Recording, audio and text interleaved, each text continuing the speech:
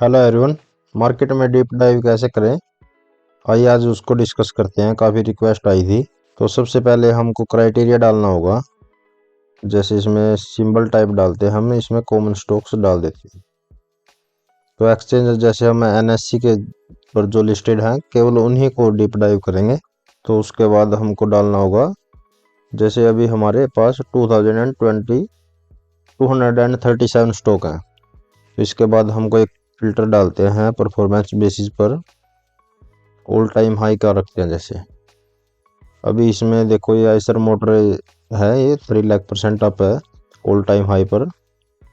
तो इसको अभी हम 200% करते हैं। तो जैसे ट्रेडिंग व्यू में 1000 ही आ सकते हैं एक वॉच लिस्ट में, तो हम इसको थोड़ा और बड़ा करते हैं क्राइटेरिया को। जैसे अभी 215 डाल दिया हमने और 994 स्टॉक है। तो अभी हम इसको सभी को सेलेक्ट करते हैं और इसमें वॉच लिस्ट क्रिएट कर लेते हैं। देखो अभी इसमें पूरे नहीं आए हैं, कितने आए, 150 आए। तो आपको क्या करना होगा, इसको आप पहले बिल्कुल नीचे तक लेके जाओ, ये सभी कवर कर दो एक बार आप, ठीक है ना। टाइम ज़्यादा वेस्ट नहीं करना चाहता था मैं आपका, इसलिए मैंने ये ऐसे ही कर दिया था, लेकिन आप समझो इस बात को। तो एक सेकंड के लिए बस। तो अभी इसमें सभी हैं, तो ठीक है ना। तो कंट्रोल ए करो इसको और सभी के सेलेक्ट कर लो। तो अभी हम इसमें देखो 994 स्टॉक आए। तो अभी हम इसमें नेक्स्ट डालते हैं। नेक्स्ट में अभी हम इसको बिटवीन कर लेते हैं, क्योंकि अभी हमको ये सेलेक्ट नहीं करने स्टॉक, ठीक है ना। तो 20 टू -40 डालते हैं। तो 979 स्टॉक आए, तो इसको फिर से ऐसे ही करेंगे, वो आप कर सकते हो। और इसमें ऐसे सेलेक्ट कर लो, ठीक है ना। आपको ये आफ्टर मार्केट स्टॉक की ये वॉच लिस्ट बनानी। तो नेक्स्ट हमारा भी इसमें तो अर्निंग्स कहाँ से मिलेंगी। तो आप ये फाइनली नितिन का यूज कर सकते हो, क्वार्टर अर्निंग। तो ये 2014 तक सभी न्यू अर्निंग्स दिखाता है, तो आप इसको फॉलो कर सकते हो, ठीक है ना। तो अभी हमको न्यूज़ का कहाँ से मिलेंगी, तो उसके लिए अभी हमको BSE पर चलते हैं। तो जैसे लार्सन एंड टर्बो LNT, इसकी अभी हमको न्यूज़ निकालनी है। तो ये मैंने पहले ही सर्च कर रखा था, तो आपको टाइम वेस्ट ना हो। तो अभी हमको सीधा कॉर्पोरेट अनाउंसमेंट में जाना है और जिस भी ईयर की निकालनी है। जैसे हमको सभी ईयर्स की ऐसे ही मिलेंगे। जैसे 2005 है, तो इसको सॉर्ट करते हैं। उस साल में जितनी भी न्यूज़ होंगी, जितनी भी अनाउंसमेंट हुई होंगी, तो वो सभी इस लिस्ट में आएंगी, ठीक है ना। ऑर्डर्स हो, अर्निंग्स हो, सभी इसमें आएंगी। और जो 2014 तक तो सभी अर्निंग्स वो आपको इंडिकेटर्स में मिलेंगे, लेकिन उससे पहले जो आपको वो मैन्युअली कैलकुलेट करनी पड़ेगी यहीं BSE से, ठीक है ना। तो जैसे इसको ऑर्डर मिले ये 13,000 मिलियन, ठीक है ना, ये 4110 मिलियन। ऐसे आपको ये कॉपी करना है और कहीं भी जो भी स्टॉक है, जैसे जिस भी डेट पर आई है उसको पेस्ट कर दो, ठीक है ना। ये तो अलग स्टॉक है, लेकिन आप ऐसे ही करना, ठीक है ना। ज़्यादा टाइम वेस्ट ना हो, इसलिए मैं ऐसा कर रहा हूँ। तो आपको मनी कंट्रोल का जैसे फ्रंट पेज है, इसको आपको सर्च करना है, LNT सर्च कर लो। जैसे इस पे भी आपको न्यूज़ मिलेंगे। जैसे फ्रंट पेज है ना बिल्कुल, इसमें न्यूज़ में जाना है। ये न्यूज़ सेक्शन आया, तो सी मोर पर कर इसको निकालो। ये 2005 या 6 तक दिखाता है सभी न्यूज़। जो भी इसमें न्यूज़ होंगी वो आपको सभी मिलेंगी, लेकिन इसमें सभी स्टॉक्स सभी न्यूज़ नहीं मिलती, इसलिए आपको BSE और मनी कंट्रोल पर क्रॉस चेक कर लेना है, ठीक है ना। उसके बाद हमारा क्या रहेगा, इसको ये कॉपी पेस्ट कर लो, जो भी है, जो भी उसका आपका डाटाबेस है, और यहाँ इसको पेस्ट कर दो।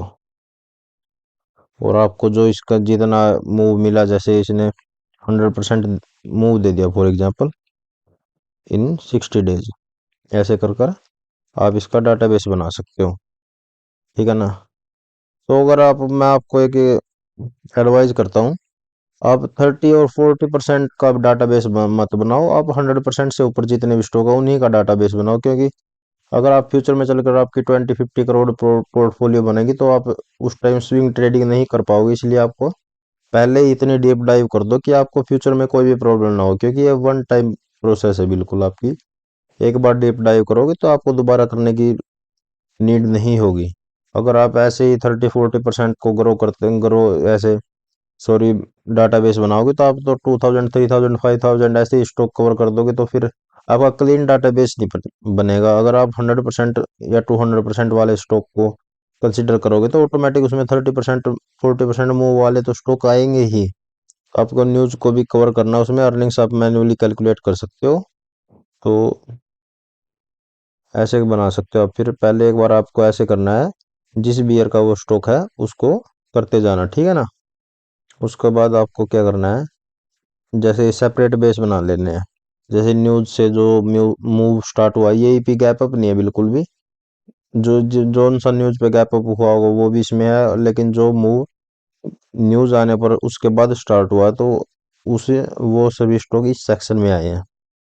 ठीक है, तो आप ऐसे सेक्शंस बना सकते हो जैसा आपको ठीक लगे। तो आप एक दिन में नहीं होगी ये सभी डीप डाइव, एक 6 महीने में भी शायद ना हो। तो आपको ऐसा करना है, जैसे आज मैंने 10 कर लिया या कल 20, ऐसे करके आप थोड़ा थोड़ा आगे ग्रो करते जाओ तो आपके लिए अच्छा होगा, जिससे आप पर भी प्रेशर ना बने और आपको मजा भी आए, ठीक है ना। तो अगर आपका कोई क्वेश्चन हो तो आप मेरे को पूछो। जैसे मेरे पास क्वेश्चन आते हैं कि आप हमारे साथ ये शेयर कर दो, वो कर दो, क्या आपको डीप डाइव में क्या कंक्लूजन निकले। जैसे मैंने एक कंक्लूजन निकाला था, कहाँ गया, जैसे डीप डाइव कंक्लूजन 1999 टू 2022।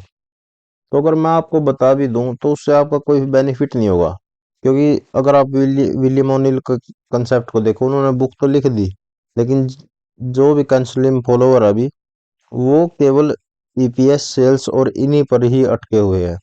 अगर आप दूसरी साइड देखो, कुल्ला मैग स्टॉक बी के कंसेप्ट को देखो, उन्होंने इंडिपेंडेंट थिंकिंग के लिए आगे ट्रेडर्स को प्रोत्साहन किया, जैसे ये ज्यादा सुदिन होगी।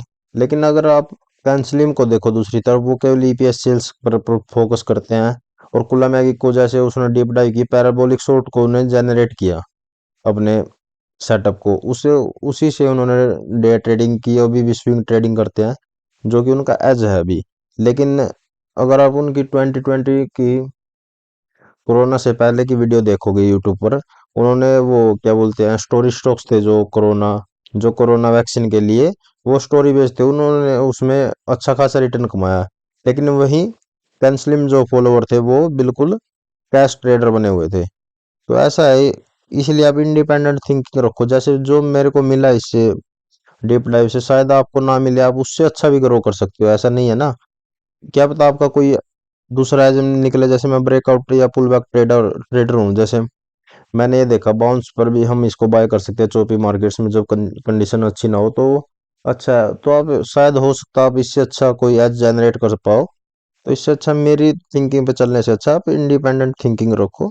तो आप लाइफ में किसी भी फील्ड में हो, अगर आप इंडिपेंडेंट थिंकिंग रखोगे अगेंस्ट द क्राउड काम करोगे, तो आपको बेनिफिट ज़्यादा होंगे और आपको फेम सक्सेस ज़्यादा मिलेगी, ठीक है ना। ट्रेडिंग व्यू में अगर आप जैसे न्यूज़ पूछते हो ना, मैं कहाँ से ये मैन्युअली करते हो, कैसे करते हो, तो यहाँ आपको न्यूज़ मिलेंगे सभी, काफ़ी बार बता चुका हूँ मैं वैसे। तो आई होप मैंने आपके सभी क्वेश्चन क्लियर कर दिए हैं। तो चैनल को सब्सक्राइब करो।